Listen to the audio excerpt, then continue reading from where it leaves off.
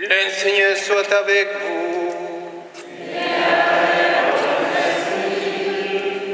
Évangile de Jésus-Christ selon saint Jean.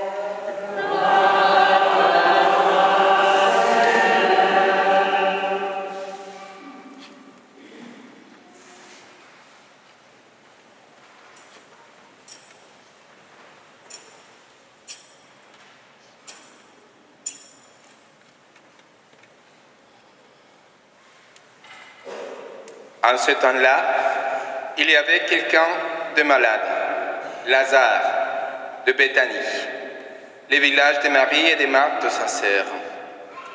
Or, Marie était celle qui répandit des parfums sur le Seigneur et lui essuya les pieds avec ses cheveux. C'était son frère Lazare qui était malade. Donc, les deux sœurs envoyèrent dire à Jésus, « Seigneur, celui que tu aimes est malade. » En apprenant cela, Jésus dit, « Cette maladie ne conduit pas à la mort. Elle est pour la gloire de Dieu, afin que le Fils de Dieu soit glorifié. » Jésus aimait Marthe et sa sœur, ainsi que Lazare. Quand il apprit que celui était malade, il demeura 2 jours encore à l'endroit où il se trouvait. Puis, après cela, il dit aux disciples, « Revenons à Judée. » Les disciples lui dirent, « Rabbi, tout récemment, les Juifs là-bas cherchaient à te lapider, et tu y retournes. » Jésus répondit, « N'y a-t-il pas 12 heures dans une journée?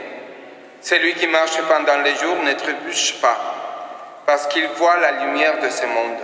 Mais celui qui marche pendant la nuit trébuche, parce que la lumière n'est pas en lui. » Après ces paroles, il ajouta, « Lazare, notre ami, s'est endormi, mais je vais aller le tirer de ce sommeil. » Les disciples lui dirent alors, « Seigneur, si c'est endormi, tu seras sauvé. » Jésus avait parlé de la mort. Eux pensaient qu'il parlait de repos du sommeil. Alors, il leur dit ouvertement, « Lazare est mort, et je me réjouis de n'avoir pas été là, à cause de vous, pour que vous croyiez. Mais allons auprès de lui. » Thomas, appelé Didyme, c'est-à-dire jumeau, dit aux autres disciples, « Allons-y, nous aussi, pour mourir avec lui. »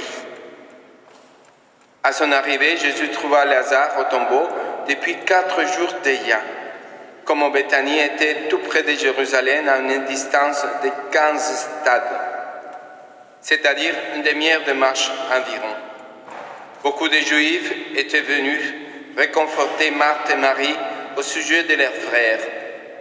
Lorsque Marthe apprit l'arrivée de Jésus, elle partit à sa rencontre, tandis que Marie restait assise à la maison. Marthe dit à Jésus, « Seigneur, si tu avais été ici, mon frère ne serait pas mort, mais maintenant encore je le sais. Tout ce que tu demanderas à Dieu, Dieu te l'accordera. » Jésus lui dit, « Ton frère ressuscitera. » Marthe reprit, « Je sais qu'il ressuscitera à la résurrection au dernier jour. » Jésus lui dit, « Moi, je suis la résurrection et la vie. Celui qui croit en moi, même s'il meurt, vivra. Quiconque vit et croit en moi ne mourra jamais. Crois-tu cela? » Elle répondit, « Oui, Seigneur, je le crois. Tu es le Christ, le Fils de Dieu.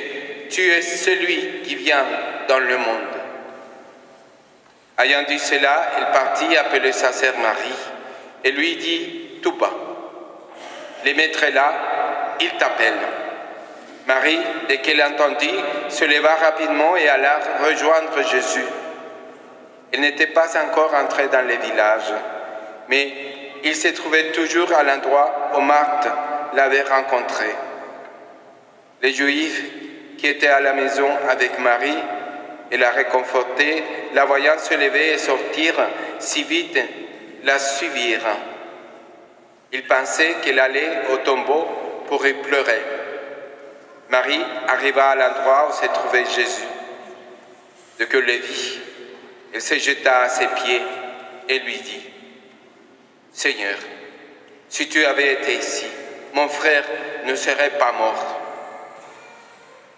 Quand il vit qu'elle pleurait et que les Juifs venus avec elle pleuraient aussi, Jésus, en son esprit, fut saisi d'émotion et fut bouleversé. Et il lui demanda: « Où l'avez-vous déposé ?» Ils lui répondirent: « Seigneur, viens et vois. » Alors Jésus se mit à pleurer. Les Juifs disaient: « Voyez comment l'aimait. » Mais certains d'entre eux dirent: « Lui qui a ouvert les yeux de l'aveugle, ne pouvait-il pas empêcher Lazare de mourir ?» Jésus, repris par l'émotion, arriva au tombeau. C'était une grotte fermée par une pierre. Jésus dit: « Enlevez la pierre. » Marthe, la sœur de devant, lui dit: « Seigneur, il sent déjà.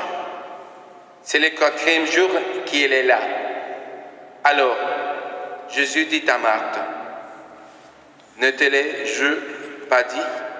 Si tu crois, tu verras la gloire de Dieu. » On enleva donc la pierre. Alors, Jésus leva les yeux au ciel et dit: « Père, je te rends grâce parce que tu m'as exaucé. Je le savais bien, moi, que tu m'exauces toujours.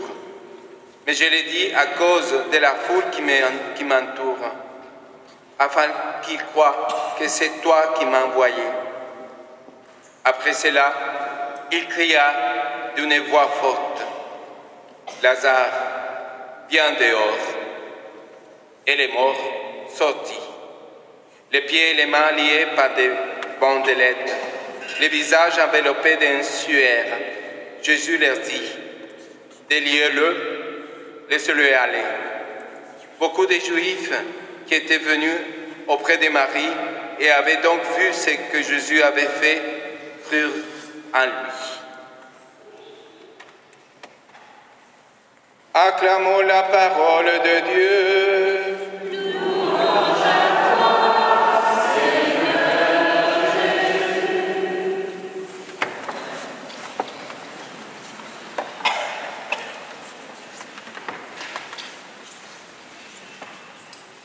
Jésus s'est mis à pleurer.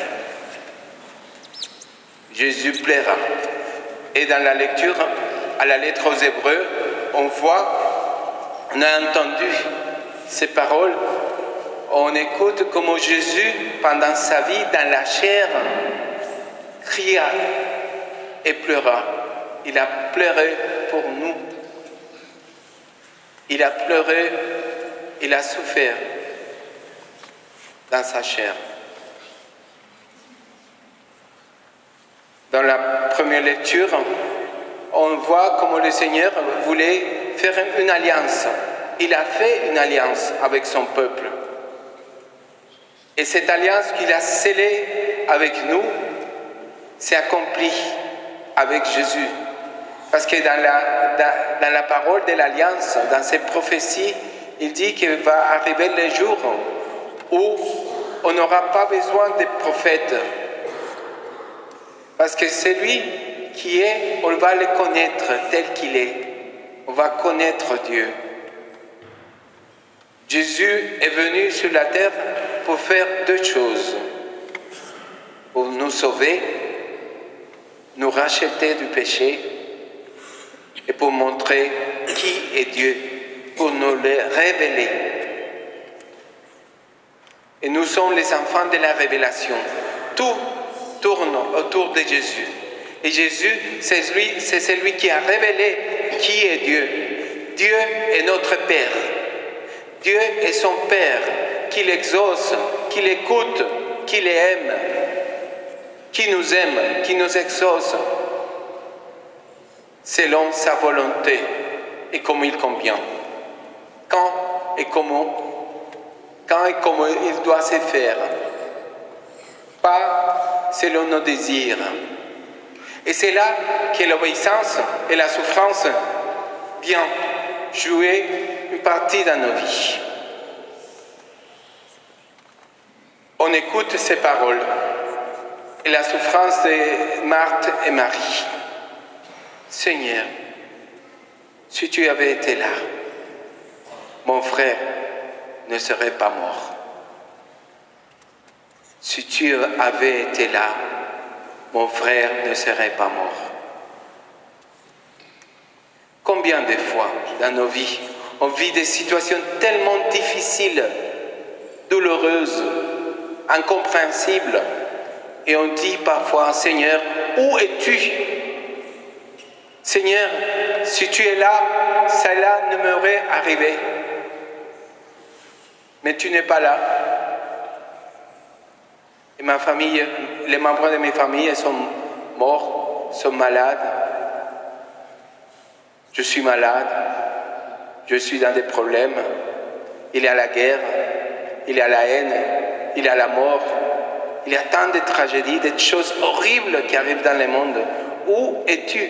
Si tu avais été là, Seigneur. Aujourd'hui, quand je lisais devant vous cet évangile, m'est venu à la mémoire une paroissienne que quelques-uns parmi vous avaient connue, Claudia Alberti. Et Claudia, elle est tombée malade, elle avait un cancer. Elle a beaucoup prié et nous avons beaucoup prié pour elle. Un jour, elle a tiré, dans une célébration, une adoration ici, ou dans les hivernales, ou les médiévales, je ne me souviens plus. Elle a tiré une parole de Dieu. Et cette parole, c'était celle-ci. Cette maladie ne conduit pas à la mort. Elle est pour la gloire de Dieu. Afin que par elle, le Fils de Dieu soit glorifié. 22 juin prochain, ça fera 2 ans que Claudia est morte. Et elle croyait à ces paroles. Ces maladies ne conduisent pas à la mort. Mais elle est morte. Où es-tu? Il est là, et Claudia est là dans la gloire, et ça s'est glorifié, parce que je vois, vous voyez, parfois, et qu'on peut continuer avec l'histoire et l'anecdote, et cette semaine, jeudi, j'ai eu l'occasion, avec quelques amis à elle, d'aller manger avec son mari. On a fait un petit resto, et c'était très sympa, les moments de rassemblement. Et vraiment, quand je préparais l'homélie, je n'ai pas pensé à ça, mais c'est au moment de lire ces paroles qu'elle m'a venues dans la tête. Mais ça donne un bon exemple pour ce que je veux vous dire aujourd'hui. Quand on veut obéir et suivre la volonté de Dieu, afin que dans nos vies s'accomplissent ces promesses de l'Alliance, et nous ayons vraiment cette présence de Dieu et cette certitude par la foi que Dieu est avec nous, malgré tout, parfois n'est pas évident, ce n'est pas facile. Et la mort de Lazare, c'est l'exemple parfait. Ces morts ne conduisent pas à la mort, ces maladies ne conduisent pas à la mort, mais à la gloire de Dieu. Il a entendu que son ami Lazare était malade et il l'a laissé mourir. Pourquoi? Pour que tout le monde voie et croie qu'il est le Seigneur.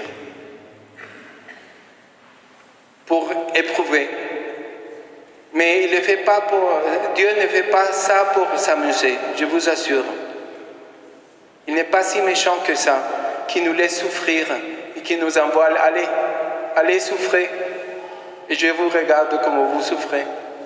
Comme on voyait voilà, dans les dieux grecs qu'on voyait là-bas dans les Parthenon. Et ils regardaient, j'ai vu un film comme ça, ils regardaient les gens comme des poupées. Ils les bougeaient et tout. Non, Dieu n'est pas comme ça. Parce que c'est clair, et dans l'Écriture dit, Jésus s'est mis à pleurer. Jésus était touché aussi par ses souffrances. Et je vous assure, Jésus pleure aujourd'hui avec nous. Et lui-même, il a pris la condition humaine dans sa chair. Il a ressenti la douleur, la peur, la tristesse, jusqu'à la mort sur la croix. Et quand il est mort sur la croix, il portait sur cette croix toutes les souffrances de l'humanité. Pas simplement ces souffrances de ces moments, les souffrances dans sa chair. Parce qu'on dit que le sacrifice de Christ, c'est très grand, c'est très douloureux. Et parfois, on voit des gens qui souffrent toute leur vie, des souffrances terribles. Et on voit des gens qui suivent des morts terribles, des maladies terribles, qui durent des années. Et Jésus était là sur la croix, et dans ce sacrifice, 2 ou 3 jours, pas des années. Mais ce mystère de Christ, c'est que lui-même, il a pris sur ses épaules toute la souffrance du monde, toutes les maladies, tous les péchés, toutes les faiblesses. Et avant d'aller mourir sur la croix, il a prié le Seigneur, il a dit, si c'est possible qu'il se passe ce calice, mais qu'il ne s'est pas fait ma volonté, mais la tienne. Je ne l'ai pas dit bien, mais vous l'avez compris. Et le Seigneur aussi. Que se fasse ta volonté. C'est l'obéissance. Et par cette obéissance, elle a achevé la perfection. Pourquoi il a souffert en ces moments au point d'exsuer du sang? Parce qu'il était humain et il avait peur comme nous. Il ressentait la douleur comme nous. Mais dans sa condition divine, parce que Jésus, le Christ, est vrai homme et vrai Dieu, et comme vrai Dieu, il avait la connaissance éternelle de Dieu. Et il savait les résultats de son sacrifice. Il le connaissait. Et quand il est monté sur la croix, il est monté avec nos péchés. Et il voyait les résultats. Les gens qui nient le Seigneur, qui disent non, c'est pas vrai. Il n'y a pas de Dieu. Non. Après ces situations terribles, la mort de quelqu'un que j'aimais beaucoup, après toutes ces catastrophes naturelles, après toutes ces guerres, ces haines dans le monde, qui peut croire qu'il y a un Dieu? Non, c'est pas vrai. Et ça, c'est le doute qui se sème dans le cœur de beaucoup de gens. Et lui, Dieu, qui était sur la croix et qui mourait pour nous, voyait comment les générations de l'avenir futur allaient dire « il n'existe pas, c'est pas vrai ». Comment dans nos cœurs, au moment de l'épreuve, de la grande souffrance, quand on est vraiment éprouvé, on dit « ah, où es-tu Seigneur? Pourquoi tu m'as abandonné ?» Ce temps de carême nous prépare à ces grandes célébrations, ces grandes fêtes où le Christ meurt. Dieu meurt pour nous. Et il a fait les choses comme ça pour nous apprendre les schémas. Moi, il est dit aujourd'hui, je suis le schéma, la vérité et la vie. Et c'est lui qui croit en moi, à la vie éternelle. Vous croyez que lui est le chemin, que lui est la vie, que lui est tout-puissant? Vous croyez que malgré nos souffrances, nos problèmes, nos situations difficiles, il est là, toujours avec nous? Vous croyez que nous allons ressusciter et que ces maladies ne conduisent pas à la mort, mais à la vie? Vous croyez que cette épreuve douloureuse, c'est vraiment pour la gloire de Dieu? Vous le croyez? Si vous le croyez, vous êtes sur le chemin de la croix et vous donnez la gloire à Dieu. Aujourd'hui, on a 4 personnes qui se préparent à recevoir le baptême. Et on peut dire pourquoi ils ont beaucoup attendu. Tant de temps pour recevoir le baptême. Mais c'est le moment précis, quand par leur don de soi, ils vont être témoins de l'amour de Dieu. Ils se sont préparés. Vous êtes prêts? Je vois Martine qui fait. Voilà. Vous êtes prêts à recevoir le baptême, à être témoins de ces mystères d'amour, à faire partie de cette famille? Oui. Voilà. Pourquoi si tard? C'est jamais tard. Croyez et attendez. Que la Vierge Marie, elle qui a cru, qui a suivi le Seigneur jusqu'à la croix, qui voyait son Fils, le Messie, le Fils de Dieu, mourir sur la croix, nous aide à garder la même confiance, la même espérance et nous attacher à sa promesse, malgré tout, être là, croire et confier en celui qui est la résurrection et la vie.